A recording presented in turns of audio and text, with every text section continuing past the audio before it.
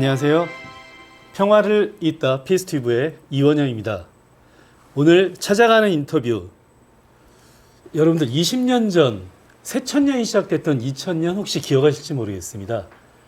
뉴 밀레니엄, 그래서 전 세계가 흥분을 했었는데 사실은 우리 한반도에서도 획기적인 변화를 가져왔던 그런 해입니다. 잘 아시는 것처럼 2000년 6월 15일 첫 번째 남북 정상회담이 있었고요. 그 결과로서의 6.15 남북 공동선언이 있었습니다. 6.15 남북 공동선언을 통해서 태어나게 된 바로 남북 협력의 상징이라고 할 수 있는 것, 바로 개성공단이죠. 지금은 가동이 중단되고 심지어 공동연락사무소가 파괴되는 일까지 있었습니다. 어찌 보면은 남북 협력의 상징이었던 것이 폐허처럼 돼버린 것이 지금 현재의 남북관계 현주소를 보여주고 있는 것이 아닌가, 이런 생각이 듭니다. 그래서 오늘 저희가 찾아온 곳, 바로 이곳은 개성공업지구 지원재단이라고 하는 곳입니다. 개성공업지구 지원재단의 김진향 이사장님, 오늘 찾아가는 인터뷰에 손님으로 모셨습니다. 안녕하세요. 반갑습니다. 네, 시청자분들께 인사 좀 부탁드리겠습니다. 안녕하세요. 반갑습니다. 개성공업지구 지원재단 이사장 김진양입니다. 저는 예전에는 직접 개성에서 4년간 직접 체류하면서 공단 업무를 봤었고요. 원래는 북한 통일문제증원 학자입니다. 청와대에서 남북관계를 오랫동안 다뤘었고요. 지금은 이 통일부 산하의 준공공기관인 개성공업지구 지원재단의 이사장으로서, 내지는 개성단 현지에서는 개성단 관리위원장으로서의 역할을 수행하고 있습니다.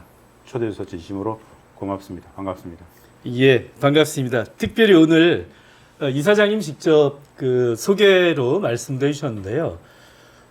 저희가 모신 이사장님은 학자이면서 남북 관계의 현장 전문가, 이렇게 볼 수도 있겠습니다.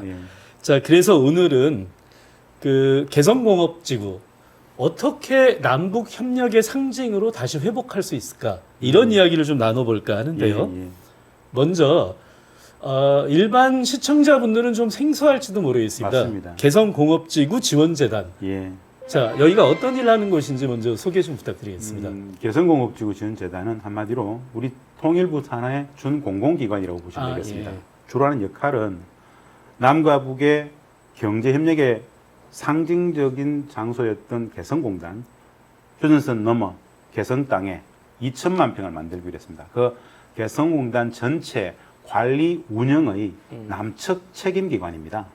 개성공단은 남과 북이 같이 공동 운영하는데 그 관리위원회를 남측이 구성하도록 북측이 양보를 했습니다. 그래서 우리 개성공업지구 지원재단은 모든 직원들이 개성공단 관리위원회에 파견 나가서 관리위원회 역할을 하는데, 이 재단과 관리위원회는 결국 개성공단 관리 운영의 실질적인 책임기관이다 라고 보시면 되겠습니다. 예.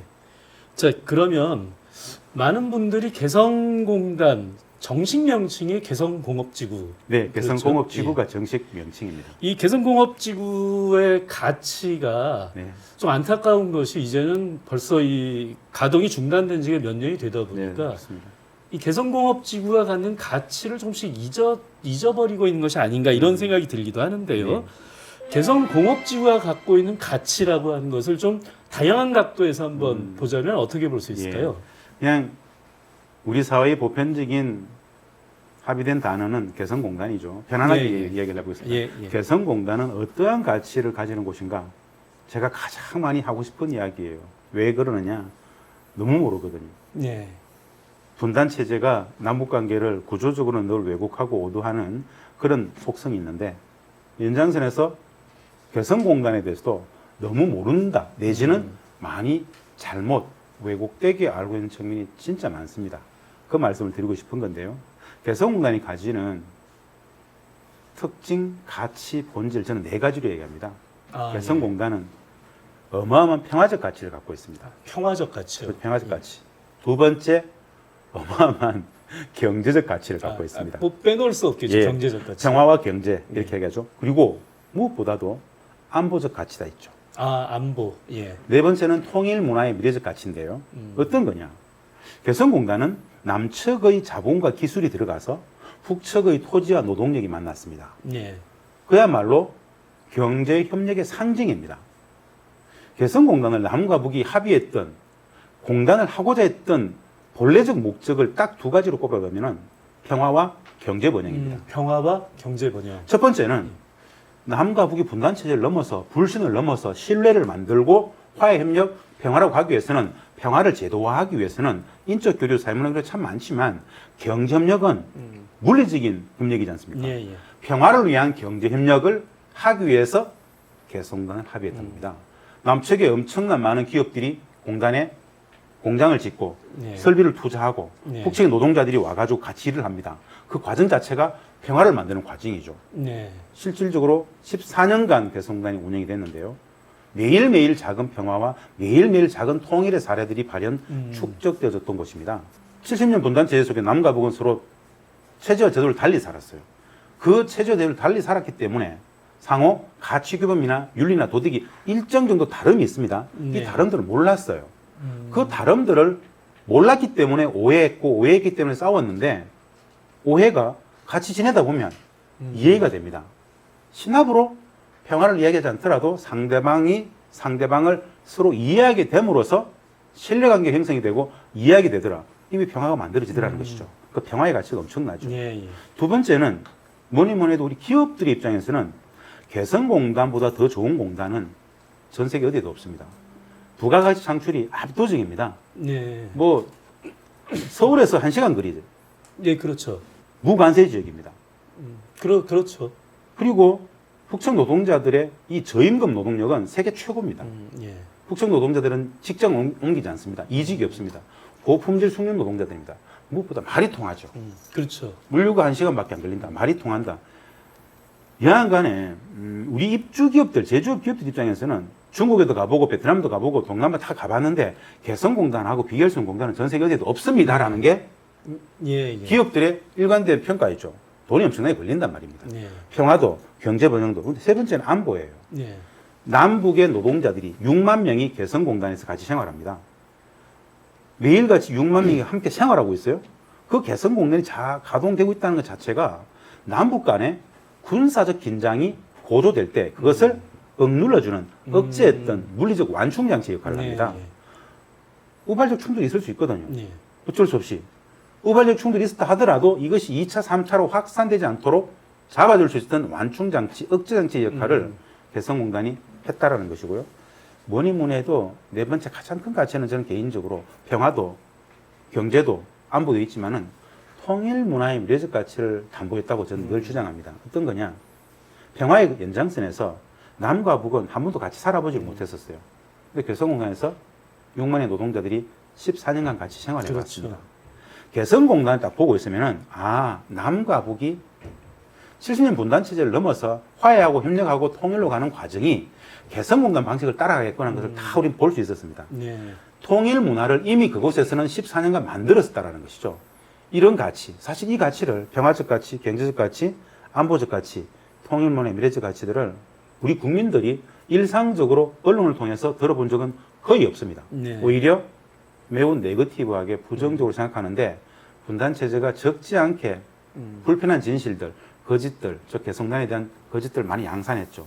그 본질만 제대로 안다라면은 공단은 다시 열릴 것이다라고 제대로 보고 있습니다. 자, 지금 말씀을 듣다 보니까요. 뭐 말하자면 학문적으로 정리하자면 기능주의적 통일에 실험을 했던 14년간 남과 북이 하나의 공간에 부대끼면서 실험했던 그곳이 바로 개성공단이다. 이렇게 뭐 좀 이해할 수도 있을 것 같네요. 실험, 누군가는 실험이라고 했지만 저희들한테는 삶이었습니다. 예. 그곳 자체가 작은 평화의 그 자체가 통일이었겠네요. 평화와 통일의 장이었어요. 예, 예. 안 해보신 분들은 최초에는 실험이었어요. 예. 14년간 해봤어요. 예, 14년간 실험하지는 않거든요. 쭉 갔었으면 개성단은 원래 남과 북이 2천만 평을 약속했었죠. 예, 구두 합의로는 1억 평까지 확장하자고 합의했었습니다. 예. 문서로는 2천만 평이지만 예. 구두로는 4,000평, 1억 평까지 가져간다. 남과 북의 실질적인 통일 평화의 상징으로서 이름은 개성공단이지만 예, 예. 개성공업지구를 합의했던 게 그 본래적 취지였습니다. 그러니까 지금 이사장님 말씀을 듣다 보니까 그러면 이것이 잘 추진이 됐다면 네. 2천만 평이라고 하는 남과 북의 작은 평화와 통일의 공간이 바로 접경지대에 만들어지는 거네요. 바로 그거였습니다. 무슨 뜻이냐면요. 휴전선에서 북측으로 불과 5km, 예. 비무장지대, DMZ로부터 불과 5km에 2천만 평을 북측은 거의 공짜로 내놨습니다. 예, 예. 거의 공짜로 내놨어요. 남측의 기업들이 많이 들어오면 남과 북이 이렇게 이야기했습니다. 남북의 경협이 고도화되어 버리면 남측의 기업들이 북측에 1,000개, 5,000개, 10,000개가 되어버리면 예, 예. 남북은 구조적으로 전쟁을 하지 못한다. 이게 바로 개성공단이 가지는 가치였는데요. 예. 우리는 거기에 조응해서 개성공단에 조응해서 휴전선 남쪽, 파주나 이쪽 일대에 통일경유특구를 만들 생각이 있었습니다. 예, 예. 북측의 개성도 2천만 평, 남측의 통일특구 합쳐버리면 예. 이게 실질적인 한반도의 통일평화 시대를 상징하는 예. 어마어마한 도시가 되겠죠. 그렇죠. 그것을 염두에 두고 있었다라는 것. 그것이 이제 중도에 지금 좌절된 상황이다. 이렇게 보시면 되겠습니다. 예. 그 쭉 이렇게 아주 거대한 포부를 가지고 시작했다고 할 수도 있을지 모르겠습니다만 어쨌든 그렇게 추진이 됐었는데 많은 분들이 그런데 직접 가서 본 분들은 오히려 많지는 않을 텐데요. 네, 자, 맞아요. 그렇다면 이사장님이 이렇게 오랜 기간 남북 협력 사업을 해오시면서 이 남북 교류 협력이 정말로 한반도 평화, 남북 관계의 협력 이것에 정말 도움이 되는구나라고 그 느낄 수 있었던 어떤 구체적인 에피소드랄까 혹시 이런 게 있으셨을까요?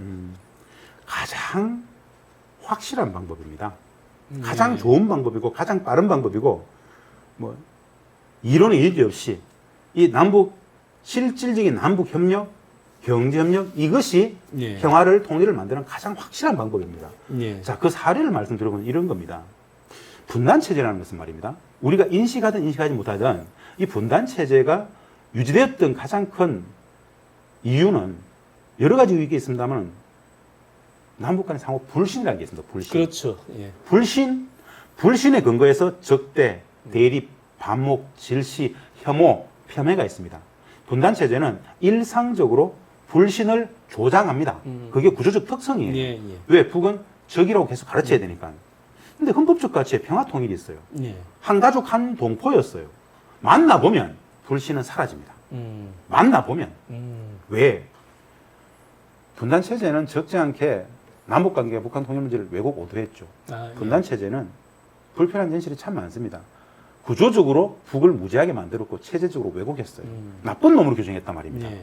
그런데 만나보면 그게 다가 아니었네를 확인할 수 있습니다. 한마디로 단도직입적으로 말씀드려보면 개성에서 북측 사람들과 14년간 일상적으로 생활하다 보면 한 가지 느낌이 있습니다. 이들도 우리하고 똑같네? 사람도 똑같지만 똑같은 게 있습니다. 이들도 진심으로 평화를 원합니다. 이들도 진심으로 통일을 원해요. 아니, 주민들만 그런 것이고, 정치 권력은 다르겠지. 진짜 그럴까요? 그렇지 않습니다. 예. 이걸 우리 시청자분들은 무슨 소리야. 다르겠지. 일반 주민들이야 뭐 선하고 하더라도 정치 권력 그 독재자들은 좀 다르겠지. 이런 생각을 합니다. 예. 그렇지 않죠. 그렇지 않죠. 단도직입적으로 남과 북 공이, 북과 남과 북 공이 평화와 통일을 진심으로 원하더라는 것들을 일상적으로 확인합니다. 매일같이 확인해요. 그럼 왜 안 됐을까요? 분단 체제가 왜 유지됐을까요? 분단 체제는 국제정책 패권에 의해서 외세적 속성이 워낙 강하죠. 예, 예. 분단 체제는 이것을 가렸죠. 예. 그런데 개성에서 14년간 생활하다 보면 일상적으로 이걸 배우게 됩니다. 알게 돼요. 굉장히 다양한 이해들을 하게 됩니다. 이 과정 자체가 솔직하게 진짜 확고한 평화인식, 통일인식의 근저인 북에 대해서 기본 이해들이 높아져 버려요. 북도 원하는구나. 이걸 알게 된다는 건 하나가 있고요. 진짜 큰 이해는 이런 겁니다. 호시탐탐 적화약을 누리는 북한이라고 늘 배웠지 않습니까? 예, 예. 사회주의 경제, 집단주의 체제, 전체주의 이렇게 배웠는데 그게 다가 아니더라 이 것이죠. 사회주의 경제는 자본주의 경제가 좀 다르구나. 우리가 개인주의 사회일 때 그들은 고도의 공동체성 사회수의 집단주의구나. 전체주의하고 집단주의는 다른 거구나. 북측 사람들의 생활 윤리나 도덕, 가치 규범, 사고방식, 일정 정도 우리하고 좀 다르고 어마어마하게 우리하고 거의 비슷한 그 북측 사람들의 윤리, 도덕, 가치 규범들을 알게 되고 배우는 과정 속에서 북도 남측 사람들을 알게 되고 배우는 과정 속에서 물리적으로 알게 됨으로써 분단이라는 것이 진짜 어처구니없는 것이었구나. 늘 이상한 소리를 들었는데 그 모두 대부분 적지 않은 허구였구나라는 것들을 공단에서 직접 생활해 본 사람들은 대부분 느낌이 있어요. 아, 분단은 거짓 덩어리였구나. 근데 그것이 결국 개성공단을 통해서 평화를 만들고 싶지 않습니까? 이런 공단을 2개, 3개 만들고 싶었던 게 남북이었는데 결국 당시 2000년 6.15 공동선의 합의였는데 이후 그 노력들이 대부분 다 좌절되어 가죠. 아, 이렇게 남은 남대로 북을 이해하고 네. 북측의 사람들은 북측 사람들대로 남쪽을 이해해온 과정이 바로 이 개성공단의 가장 중요한 네. 어떤 그 남과 북을 서로 교류 협력의 가장 중요한 산물이다. 만약 이렇게 생각을 한다면 글쎄요, 뭐 이런 얘기가 적절할지는 모르겠습니다만 북측에 주는 영향력이 훨씬 컸을 것 같은 게요. 왜냐하면 개성공단에 근무하는 사람 숫자를 보더라도 북한 사람이 훨씬 많은 거잖아요. 5만 5천 명. 숫자로 따지면. 5만 5천 명. 그러니까요. 남측의 사람이 예를 들어서 6만 명 중에 5만 5천이 북한 사람이라면 5천 명이 남측 사람인데 5천 명의 남측 사람이 북한을 하는 때 5만 5천 명의 북측 사람이 남측을 이해하게 되는 이렇게 보면 북측에 주는 영향이 훨씬 큰 곳이었다. 이렇게 해석을 할 수도 있지 않을까 이런 생각도 들었네요. 상호 교호 작용이 엄청납니다. 참 많은데요. 말이 단어, 언어, 말 속에서도 그런 교호 작용이 나타납니다. 아. 말이란 것은 사회적인 약속 합의잖아요. 예, 그렇죠. 남측에서는 상호 간에 그럴 때 북측 사람들은 호상간이라고 그래요. 우리가 당연히 읽을 때 그들은 응당이라고 이야기를 해요. 우리가 뭐 님님 걸 그들은 무조건 선생 이렇게 불러요. 이 언어라는 것은 결국 남과 북이 섞여서 쓰다 보면 조금 지나면 말입니다. 어떤 일이 발생하는가? 남측 사람이 북측 사람을 배려한다고 북측의 언어를 쓰고 있고요. 남측 사람은 남측 사람을 배려한다고 북측 사람은 남측 언어를 써요. 예. 이게 바로 상호 교호 작용이잖아요. 말만 그랬겠습니까? 사회주의 경제 기본 원리에 있는 그들이 자본주의 경제를 배워요. 우리는 사회주의 경제의 원리를 또 배우죠. 또 굉장히 큰 거 있어요. 우리는 자본주의는 개인주의 사회잖아요. 그들은 굉장히 고도화된 공동체 집단주의 사회예요. 집단주의 말만 들었지만 사회주의의 집단주의라는 게 어떻게 발현되는지를 보고 있으면 참 놀라워요. 이걸 배운다는 것은 어마어마한 거죠. 우리는 공동체의 가치와 내 개인의 가치는 다룰 수 있어요. 근데 북측의 사회주의 공동체의 집단주의라는 것은 그 공동체의 집단적 가치, 사회적 가치와 개인적 가치를 동일시해야 돼요. 내가 가지는 자본주의 사회를 살아가는 사람들의 행복감을 느끼는 조건 기준과 그들이 느끼는 조건 기준이 좀 달라요. 이것도 배우죠. 참 많은 것을 서로 배우게 돼요. 그러면은 이해가 엄청 넓어져 버리지 않습니까? 싸울 일이 없어요. 예전에는 북측 사람을 한 번도 만나보지 않고 그냥 늘 주입받아 가지고 나쁜 새끼들, 찌질한 놈들, 루저들, 혐오의 대상으로 배웠기 때문에 하대했잖아요. 낮춰봤잖아요. 직접 대해보면 야, 그게 다가 아니었구나. 우리에게도 민망함이 있어요. 이 과정들이 결국 분단체제가 가렸던 불편한 진실들, 이런 거였구나. 알아가는 과정 속에서 상호 굉장한 유대감을 느낍니다. 똑같이 평화와 통일을 이렇게 절절히 원하고 있었구나. 그건 엄청난 발견이잖아요. 엄청난 발견이잖아요. 호시탐탐 적화 여행을 노린다고 봤는데 아니야. 개인적인 충격이 아니라 우리 집단 전체가 대부분 그렇게 배웠는데 이건 무엇이었을까? 분단체제에 대한 근본적인 회의감을 가지게 되는 곳이 개성공단에서의 상호 교호 작용입니다. 자, 지금 이사장님 말씀을 듣다 보니까 이런 생각을 하면 좀 안 되겠지만 우리 남측의 현실에서는 아마도 이사장님의 이런 말씀을 드리면 대번 저 종북 주사파 이렇게 비난하는 사람들이 있긴 하죠, 현실에. 자, 남북 협력 이러면 그런 분들은 아직도 뭐 굉장히 부정적 시각을 가지고 있고 사실은 그런 분들만이 아니라 남북 협력의 그 남북 관계 부침에 따라서 네. 남북 협력에 대한 국민적 지지 여론은 역시 비례해서 부침이 있었던 네. 것 같은데요. 그래서 제가 좀 단도직입적으로 한번 물어보겠습니다. 이 개성공단을 포함한 남북 협력 사업, 특히 개성공단에 대해서 정말 이게 남측이 북측에 일방적으로 줬던 대북 퍼주기 맞습니까? 방금 질문에서 전 두 가지를 꼭 답변 드리고 싶어요. 퍼주기냐? 요 질문 하기 전에, 답변하기 전에, 제가 이제 북측 관련된 이런 얘기를 한단 말입니다. 우리는 그 사실관계를 설명했는데도 불구하고 분단체제는 그걸 선을 딱 나눠가지고 네 편과 내 편을 나누는 이분법적 흑백론을 딱 재단해서 아, 쟤는 종북좌파. 이런 문화가 진짜 강하잖아요. 그렇죠. 우리 그렇게 배웠잖아. 예. 다 똑같아요. 사실은 그냥 본대로 이야기했을 뿐인데 그 시각에 대한 분석을 하지 않고 아, 쟤는 그런 거구나 이렇게 딱 단절시켜서 이분법 흑백론을 본단 말입니다. 이게 사실 분단체제의 매우 적절치 못한 모습들이라고 저는 보는데 진실이냐 아니냐가 중요하죠. 예, 그렇죠. 저 진실이냐 거짓이냐. 진실이면 누구로 얘기할 수 있어야 되지 않습니까? 그런 영역 속에서 직접 겪어봐야 된다고 저는 이야기를 하고 싶어요. 사람들한테. 예. 저런 이야기를 듣는데 보편적으로 안 하는 이야기를 했기 때문에 그렇게 본다라는 걸 그렇게 보지 말고 뭔가 다름이 특별함이 뭔가 있었겠구나. 한번 직접 만나보든지 봐야 되겠구나. 이런 생각을 진짜 가질 필요가 있다는 걸 먼저 말씀드리고요. 두 번째, 본질적으로 개성공단 남북협력은 퍼주기 아니냐. 그게 저는 소위 말하는 이 분단체제가 만든 어마어마한 거짓, 예. 사기죠. 이런 이야기를 할 때는 제가 분노해요. 왜 분노하는지 아세요? 네. 분노의 지점은 다른 게 아니에요. 국민들을 속인다라는 것은 가장 큰 범죄 행위예요.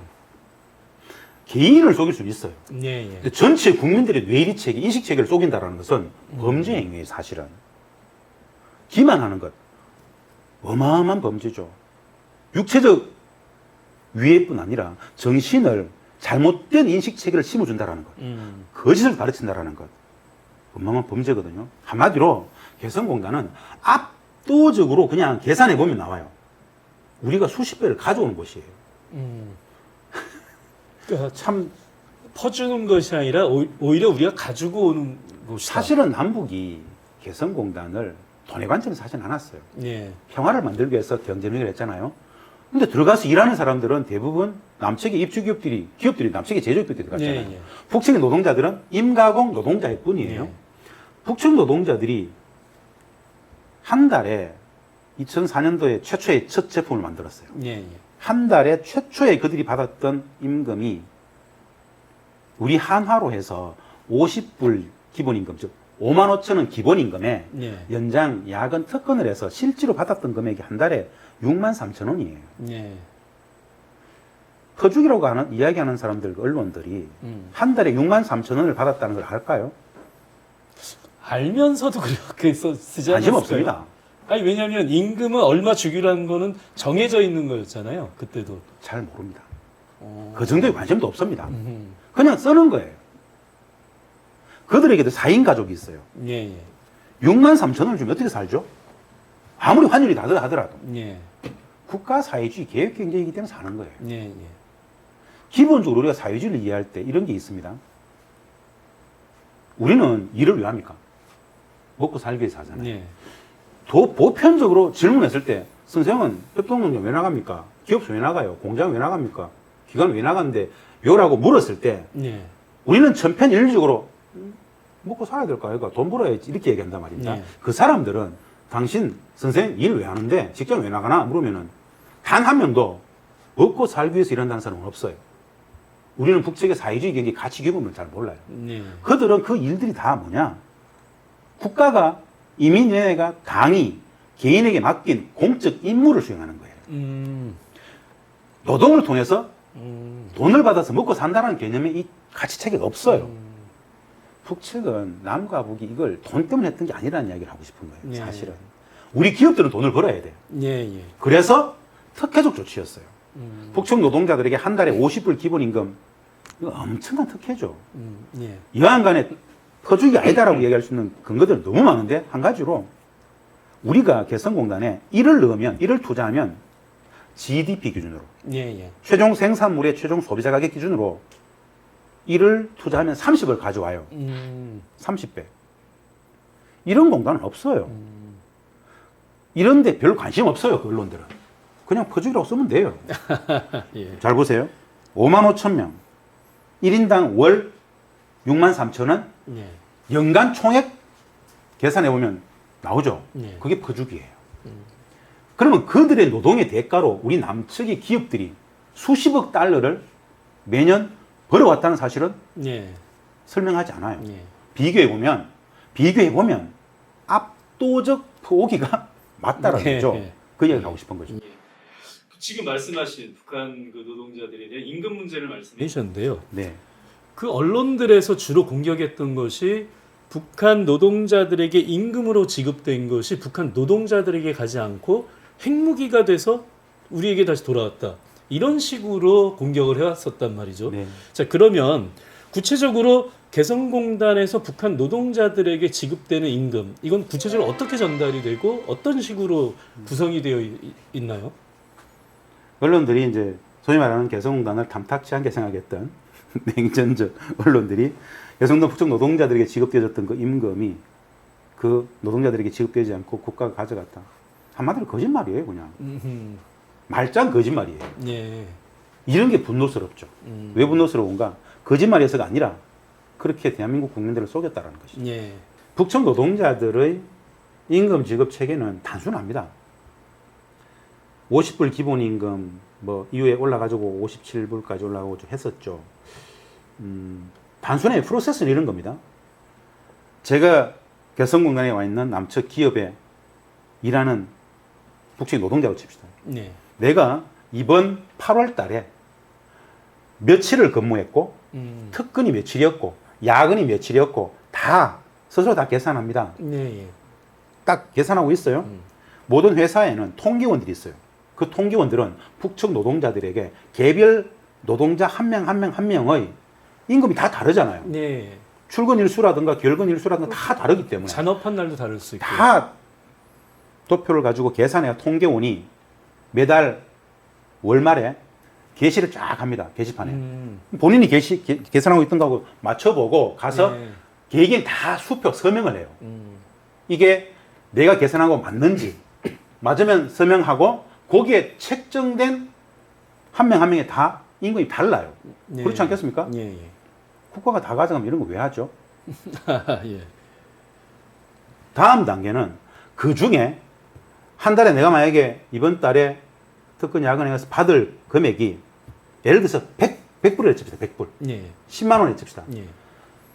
10만 원의 전체 월급 중에서 개성공업지구 법상 예. 30%를 사회문화시책기금으로 예, 예. 공제를 합니다. 우리식으로 얘기하면 사회보장비 같은 그렇죠. 거죠. 이게. 예. 그들에는 그거 이제 사실은 복지 혜택이라고 볼 수 있는 건데요. 예. 소위 말하는 뭐 무상주택 보급이라든가 예. 무상교육이라든가 무상의료라든가 소위 말하는 개성시 인민위원회, 예. 개성시 인민위원회가 전에 그걸 가져갑니다. 예. 개성시 인민위원회는 이들을 어떻게든 보장해야 되지 않습니까? 예. 그거 명목으로 가져가고 나머지는 개개인들이 선택을 합니다. 어떻게 선택을 하냐? 예. 우리는 이걸 그냥 돈을 다 받으면 끝이죠. 예. 북측은 그런 체제가 아닙니다. 그런 경제 시스템이 아니에요. 예. 국가 사회주의 계획 경제 속에서 공급 체계가 있어요. 예. 예. 쌀, 밀가루, 설탕, 기름과 같은 인민 필수 소비재 제품은 예. 국가가 정량을 딱 공급하게 되어 있어요. 그게 국정 가격이에요. 예. 예. 이 국정 가격, 예를 들어서 내가 우리 집이 4명이 있어요. 4명이 있어요.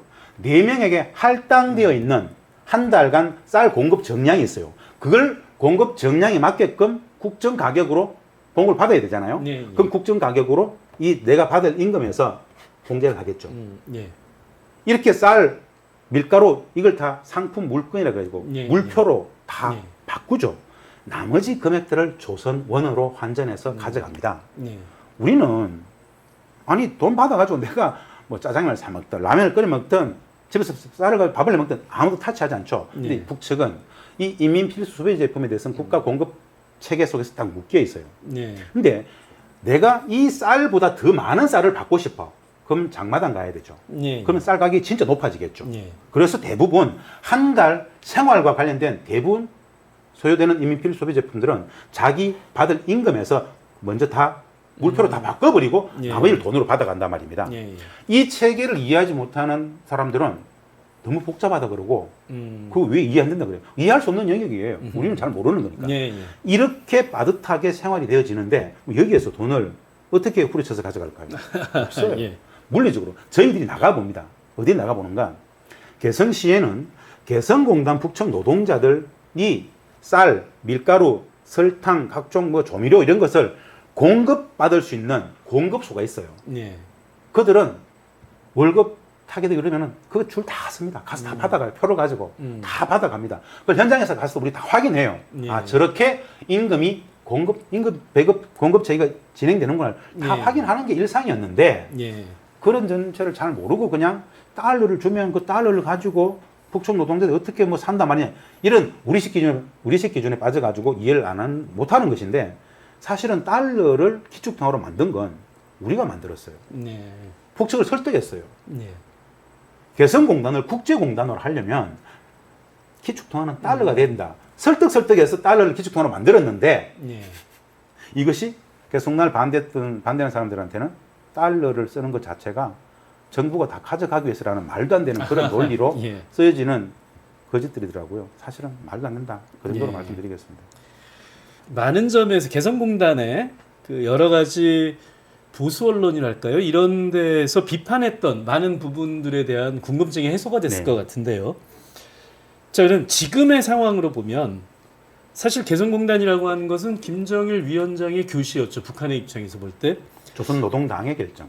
예, 예. 네. 6.15 공동선언을 하면서 김대중 대통령과 김정일 네. 위원장의 공감대가 있었고, 상항에서 합의했죠. 예, 6.15 공동선언은 상항에서 민족 경제의 균형을 발전해서 예, 예. 남북 경협을 하자고 했는데 평화의 제도화를 위해서 예. 그 합의에 근거해서 지역은 어딘지를 몰랐어요. 예, 예, 그렇죠. 우리는 신의주를 요구했고 음. 해주를 요구했는데 서울과 가장 가까운 곳을 줄 테니까 가장 빠른 시간 안에 많은 객들이 들어왔으면 좋겠다. 특혜를 주겠다. 오히려 굉장히 라고 해서. 의외로 제안을 그렇죠. 했던 거였죠. 예. 남측의 기업들이 조기에 빨리 들어와가지고 많은 돈들을 벌고 5천 개 정도의 기업들이 들어와버리면 남북 간의 군사적 긴장이 사라진다고 네. 봤던 거예요. 그렇게 하여튼 하게 된 게 개성단의 애초에 취지였습니다. 저도 과거에 개성공단을 세 번 가봤구나. 세 번 네네. 가봤었는데요.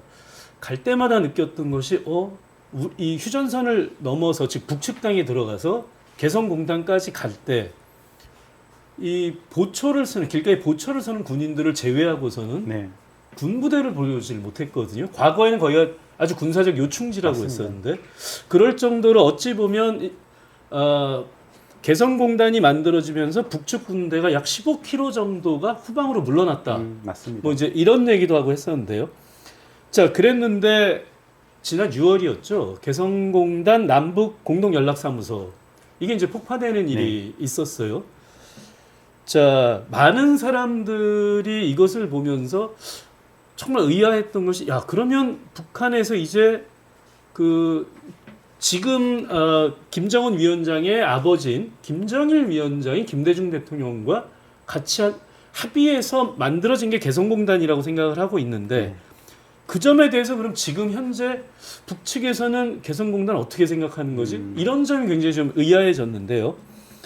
과연 이런 의문점처럼 북한이 지금 개성공업지구에 대해서 의미 혹은 가치를 좀 다르게 이렇게 다르게 보게 돼서 이런 일이 벌어졌을까요? 어떻게 생각하시죠? 그렇지는 않고요. 예. 우리가 좀 온전히 제대로 이해해야 될 필요가 있을 것 같은데요. 개성공업지구 우리로서는 개성공단이었는데 개성공단에 대한 북측의 생각은 별로 변함이 없습니다.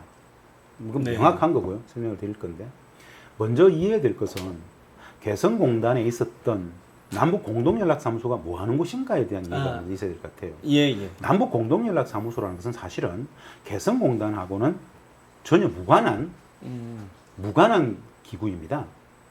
위치만 거기에 그냥 있었다. 개성공단 안에다가 사무실만 있을 뿐이지 예. 개성공단 관리 운영 내지는 전혀 관계가 없는 건물입니다. 예. 무슨 뜻이냐? 개성공단의 대한 북측의 이해관계는 일관됩니다. 최근에도 이제 이런 이야기를 할 수 있죠. 2018년 9.19 평양선언을 보면요. 네. 남북 간의 경협으로서 합의했던 게 두 가지가 있습니다. 철도도로 연결부터 쪽 있는데 네, 네. 가장 도드라지는 게 우선 조건이 마련된 데 따라가지고 가장 먼저 개성공단 금강산 관광을 우선 정상화하자고 합의했어요. 예. 2019년 1월 1일 날 북측이 김정은 국무위원장이 신년사를 발표할 때 2019년 1월 1일 신년사인데요. 아주 대담한 제안을 하나 해요. 아무런 전제 조건이나 대가 없이 개성공단과 금강산 관광을 재개할 용의가 있다라고 얘기해요. 예. 신년사라는 것은 김정은 위원장이 읽었지만 소위 말해서 조선노동당 당적 체계의 결정임과 더불어 좀 더 광의적으로 본다라면은 2,500만 전체 인민들의 결이라고 얘기를 해요. 예. 왜 2019년 1일 날 북측 신년사에서 아무런 전제 조건이나 대가 없이 개성공단 재개 용의를 표명했는가? 예. 두 가지 이유였어요. 첫 번째는 2018년 9.19 평양선언에서 분명히 우선 정상화 하자고 했는데 우리가 조응을 안 했어요. 예. 북측은 하자고 했을 때 예.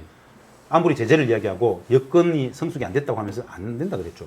그 제재 이야기하면서 달러 박스 자꾸 얘기 나오니까 아무런 전제 조건 없이 대가 없이 할 수 있다. 예. 라고 과감하게 치고 나왔죠. 왜 그랬느냐? 북측은 개성공단을 조금 독특하게 생각합니다. 우리는 개성에 있는 공단이겠지 이렇게 생각합니다. 예. 북측은 개성공단은 그야말로 남북의 평화적 관계의 시금석 중에 시금석이라고 그래요. 6.15 예. 공동선언의 옥동조라 그러잖아요. 예. 예. 남과 북이 우리 민족끼리 자주적으로 최초로 합의해서 14년간 진행해 봤던 사업이에요. 그래서 평화의 상징으로 봐요. 또 이런 측면도 있어요.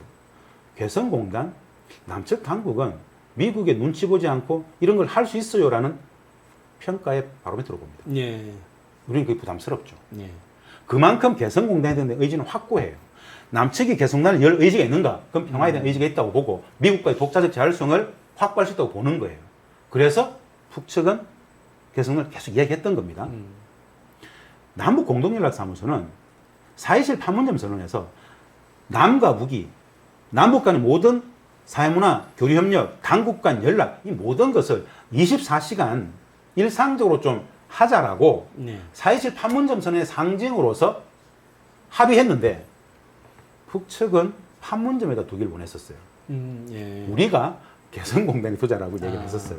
여하간에 합의가 돼서 개성공단에 건물을 마련한 거예요. 물론 공동연락사무소는 이전에는 남북경협사무소라든가 다른 건물로 이용되던 것을 리모델링 했을 뿐이에요. 예. 북측은 개성공단에 있었던 남북공동연락사무소를 왜 그렇게 했는가? 참혹한 모습이었죠. 어마어마한 퍼포먼스였지만 사실은 비극이었어요. 예. 있을 수 없는 일이 발생했죠. 예. 한마디로 어떻게 이해될 수 있을지 모르겠습니다만은 남북관계는 철저히 상호 작용의 관계인데 예.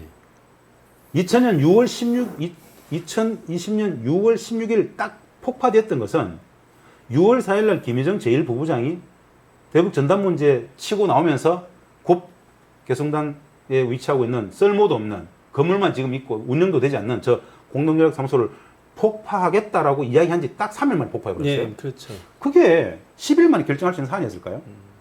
왜 그랬을까요? 남북 관계가 철저히 상호 자객 관계다라고 봤을 때 그 이전에 무슨 일들이 있었을 것인가에 대해서 우리는 잘 모릅니다. 일반 국민들은 몰라요. 예. 4.27 9.19 이후에 폭파까지 현 이 엄청난 교착 국민이 왜 왔는지에 대해서 일반 국민들은 모르는데 북측은 딱 한 가지 이야기합니다. 저 모든 행위에 분노가 있어요. 그 분노를 너 왜 분노하고 있어 너네들 이렇게 물으면 딱 한마디 얘기해요. 당신들은 우리를 속였다고 얘기해요. 뭘 속였는데로 물어보죠 우리가. 4.27과 9.19의 그 어마어마한 합의들을 단 하나도 실천하지 않고 우리를 기만했다고 얘기를 해요. 예. 이 부분에 대해서 우리는 좀 심사숙고해 봐야 될 필요가 있어요. 4.27과 9.19 엄청난 합의를 했어. 백두산 올랐어. 엄청난 합의를 많이 했습니다. 그런데 2018년 11월 한미 워킹그룹 설치하고 나서 예. 미국이 안 돼 그러면서 실질적으로는 실천된 게 없어요. 북측은 그 시기에 계속 얘기했거든요. 4.27을 기만한 거냐? 9.19를 안 할 거야? 안 할 거야? 계속 이야기했음에도 불구하고 우리는 미국의 반대를 넘어갈 수 없었죠. 예. 그렇다면은 쓸모없는 거 저거부터 없애자.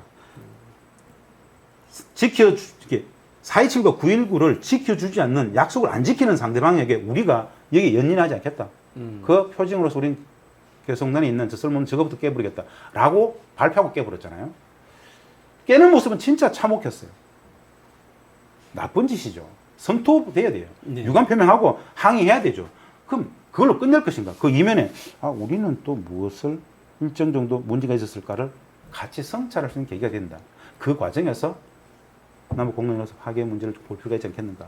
개성단에 대한 일관된 입장은 별로 변함이 없더라. 네. 이런 것들은 이야기할 수 있을까. 앞으로의 이 개성공단 재개 이것을 위해서 우리가 해야 되는 것, 우리 힘으로 할 수도 있지만 또 국제사회 관계가 네. 있는데요.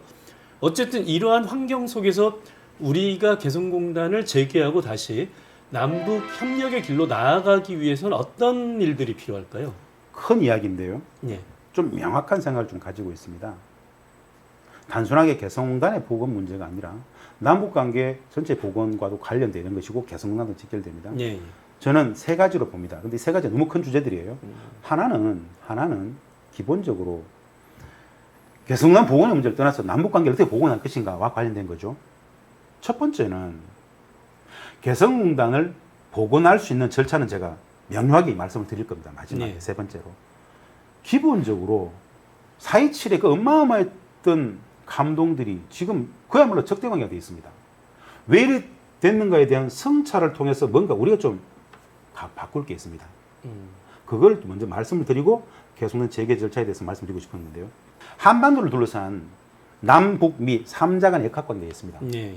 우리는 죽었다 깨나도 미국에 대한 한반도 정책을 못 바꿉니다. 네. 미국이 북익을 우리가 바꿀 수 있습니까? 못 바꿔요. 우리는 죽었다 깨나도 북측을 바꿀 수 없습니다. 네. 남북미 3자 간의 역학관계 속에서 노력을 해서 미국, 북을 만나긴 하지만 그들의 전략, 정책을 못 바꿉니다. 우리가 바꿀 수 있는 것은 우리 스스로의 전략과 정책을 바꿀 수 있겠죠. 네. 평화와 통일이 진짜 국가 전략적 과제라면은 전략의 기조, 정책의 프레임을 바꿔야 된다. 그게 뭐냐? 비핵화의 프레임을 평화의 프레임으로 바꿔야 된다. 네. 우리는 이런 전략을 갖고 있었어요, 정책을. 북한 핵 문제의 진전이 없이는, 즉 비핵화의 진전이 없이는 남북 관계는 한 발짝도 못 나가라는 정책을 갖고 있었습니다. 이게 바로 비핵화 프레임인데요. 저는 매우 적절치 않은 문제가 진짜 많았던 정책이라고 봅니다. 비핵화의 프레임은 사실은 온당치 않아요. 비핵화라는 것은 평화를 위한 수단, 과정, 절차, 수단이잖아요. 네. 그럼 평화가 절대 가치죠, 어떻게 보면. 평화를 위한 비핵화예요. 그런데 비핵화의 진전이 없이는 남북관계 한 발짝도 못 나가 이야기는 평화를 만들지 않겠다는 이야기가 똑같아요.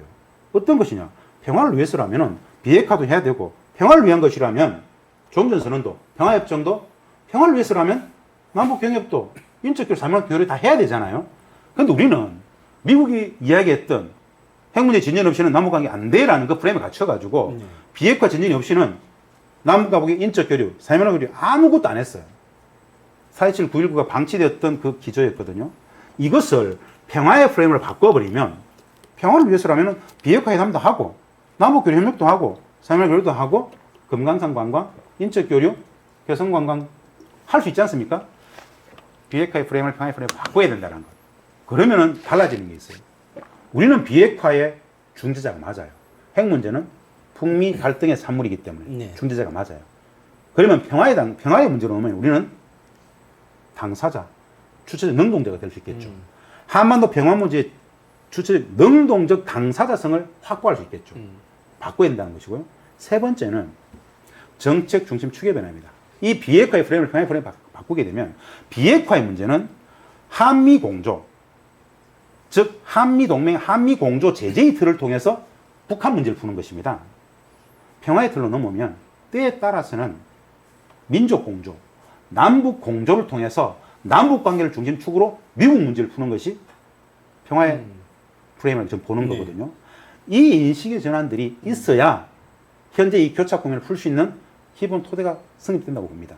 우리에게 오로지 비핵화 이 비핵화 프레임은 굉장히 넌센스였어요. 4.27 판문점선언, 9.19 평양선언, 내지는 6.12 싱가포르 합의, 2.28 하노이까지 이 모든 일정은 비핵화 회담이 아니었습니다. 한반도 평화를 위한 평화회담이었어요. 네. 그 인식이 명확해야 되는데 지금도 적지 않은 정책 결정단인 사람들은 이걸 비핵화회담이라고 그래요. 인식의 오류죠. 미국적 이해관계에 입각해 있는 인식들이에요. 나이브하죠. 이건 틀렸다고 저는 보는 겁니다. 이걸 바꿔야 된다는 거 먼저 말씀드리고요. 그래야 남북관계가 복원될 수 있다고 보는 겁니다.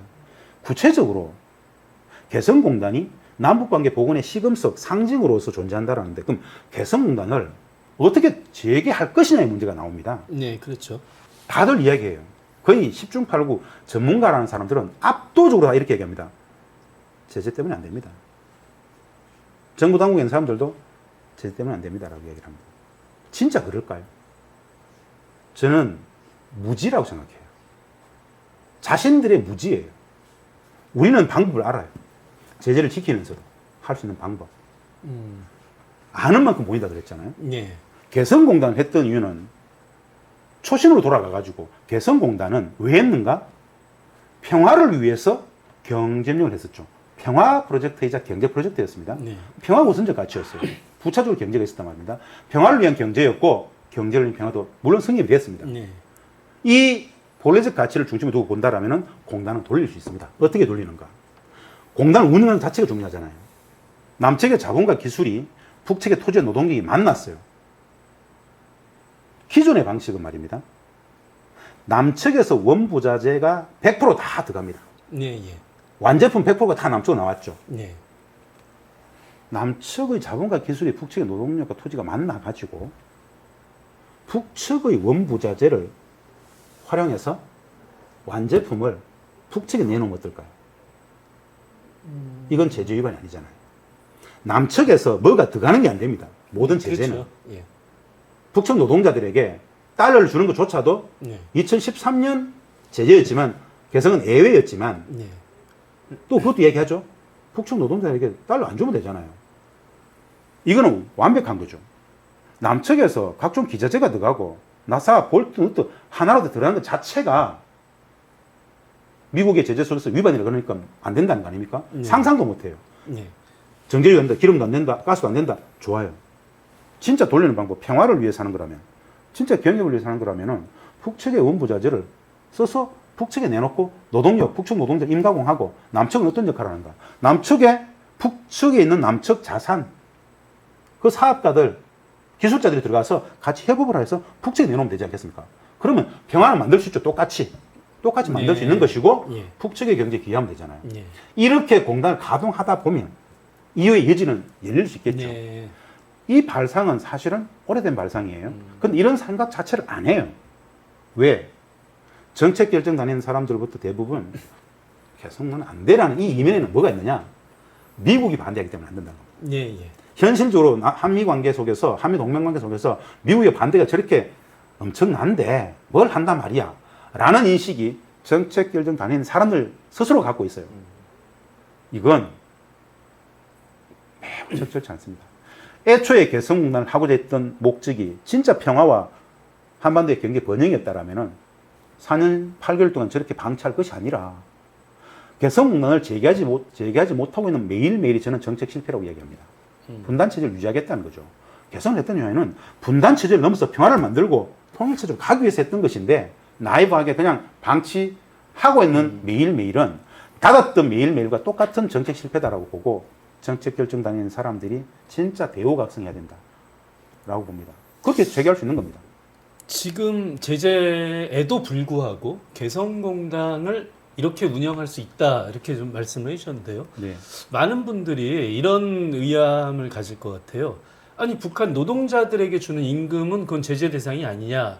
근데 제가 알기로는 2013년부터 북한 노동자들에게 주는 임금은 제재 면제를 받아서 계속 지급이 가능했었던 것으로 맞아요. 알고 있는데요. 맞습니다. 우리가 가동이 중단될 때까지도 제재 면제였던 맞습니다. 것에는 변함이 맞습니다. 없으면 명확하게 지금 교수님께서 말씀하셨는데 북청 노동자들에게 지급되어지는 임금이 소위 말하는 대량현금, 벌크 캐시 예, 예. 그 뭐 몇 불 좋다도 벌크 캐시에 해당될 수 있기 때문에 제재를 적용해야 된다. 이게 2013년 제재예요. 예, 예. 그런데 개성공단 북청 노동자들은 이 제재로부터 예외였어요. 왜? 북청 노동자들 자기들이 일상생활에 쓰여지는 예. 임금이었기 때문에 별 문제가 아니었던 거예요. 그걸 다 모아가지고 뭐 벌크 캐시다 적적지 않았죠. 예. 그럼에도 불구하고 북측 노동자들에게 달러 안 주면 되잖아요. 굳이 달러 안 줘도 되잖아요. 현물로 주면 되잖아. 예, 그렇죠. 그런데 북측의 임강으로 본다라면 북측 노동자들에게 굳이 남측의 업주가 아까 제가 제안했던 북측의 원부자재를 써가지고 북측에 내놓는다고 본다라면 우리가 북측 노동자들에게 임금을 지급할 필요가 있을까요? 안 줘도 되잖아요. 북측이 알아서 하면 되잖아요. 그러니까 아예 그 고용 관계를 맺지 않고 그렇죠. 개성공단을 운영하는 그렇죠. 방법이 있다 이 말씀이시죠? 그렇죠. 공단의 본리적 가치, 평화적 가치 실현하는 관점에서 본다라면 무궁무진하죠. 예. 아니 두 번째 방법 이런 게 있어요. 제품 하나도 생산 안 해도 돼요. 남북의 스타트업 협력을 개선해서 인큐베이팅을 하면 됩니다. 남측의 ICT 과학기술자들, 북측의 프로그램을 만나가지고 만나서 대화만 해요. 사업 구상만 해. 24시간 주구장창 거기서 먹고 같이 토론하고 논쟁, 사업 프로젝트 짜고 해가지고 그걸 남측에서 하든 북측에서는 관계없고 그런 과학기술자들, 스타트업을 하는 사람들의 토론의 마당을 24시간 마련해주면 하려고 하지 않겠습니까? 사람과 사람이 만나서 머리를 나누는데 제재할 수 없어요. 이것도 방법이죠. 이런 방법들 너무 많다 이거예요. 진짜 중요한 것은 미국의 반대를 무릅쓰고 남북 관계를 돌파해 갈 의지가 있느냐 없느냐 이것이 관건이라고 저는 봅니다. 결국 우리가 아까 이사장님이 계속 강조하셨던 것처럼 남북 협력이라고 하는 것을 평화의 패러다임, 그렇죠. 목표를 평화로 두고 그렇습니다. 나머지를 다 하위 개념으로 둔다면 그렇죠. 얼마든지 제재가 존재하고 있다 손 치더라도 얼마든지 할 수 있는 일들이 있다. 그렇죠. 이런 식으로 독자적인 우리의 그 좀 창의적인 상상력을 가지고 그렇습니다. 남북 관계를 좀 새롭게 풀어보자. 뭐 이런 것을 요즘 젊은 친구들은 신박하다 이렇게 표현을 하더라고요. 예. 자, 오늘도 찾아가는 인터뷰 이제 거의 시간이 다 됐습니다. 이제까지 참 좋은 말씀 그리고 평상시에 생각하지 못했던 이래서 많은 이야기를 좀 들었는데요. 이 끝으로 저희 피스튜브 시청자 여러분들께 마지막으로 인사해 주시면서 당부드리고 싶은 말씀 있으시면 한번 부탁드리겠습니다. 네, 피스튜브 시청자분들 반갑습니다. 짧지 않은 이야기를 했습니다. 당부드리고 싶은 이야기는 소크라테스가 이런 이야기를 했습니다. 유일한 선은 아님이요. 유일한 악은 무지다라고 얘기를 했습니다. 분단체제는 적지 않은 거짓, 왜곡, 오도 속에서 무지를 만들었습니다. 남북관계와 북한 문제에 있어서. 분단체제가 우리들에게 무지를 강요했습니다. 어떻게 보면. 나의 의지와는 무관한 이 무지가 악이 될 수 있습니다. 유일한 선은 아님이라 그랬습니다. 남북관계, 북한 통일 문제에 대한 기본 관심은 말입니다. 남의 이야기 아니라 우리의 삶을, 이 공동체의 삶을 완벽히 바꿀 수 있는 어마어마한 영역입니다. 분단을 넘어서 평화로. 이것은 꿈이 아닌 이상이 아닌 우리 목전에 있는 현실입니다. 그 첫 출발은 남북관계와 북한 통일 문제에 대한 열린 마인드로서의 관심, 진심으로 바랍니다. 고맙습니다. 감사합니다. 예, 대단히 감사합니다.